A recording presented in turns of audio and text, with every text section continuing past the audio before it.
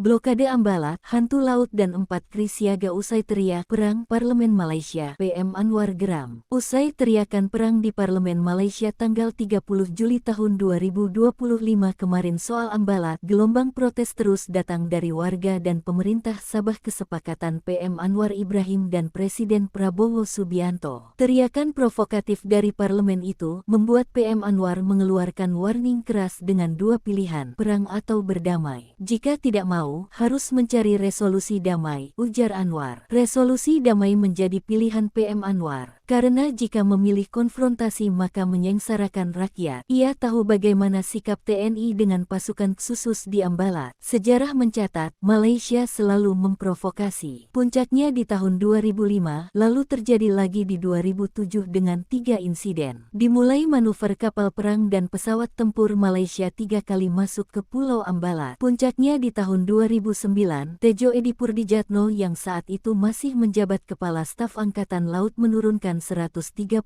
pasukan hantu dan marinir. Kini, hal serupa dilakukan oleh TNI Angkatan Laut. Kepala Staf TNI Angkatan Laut Laksamana Muhammad Ali pada Juni lalu menegaskan, Ambalat dijaga ketat hingga kini tanggal 2 Agustus tahun 2025.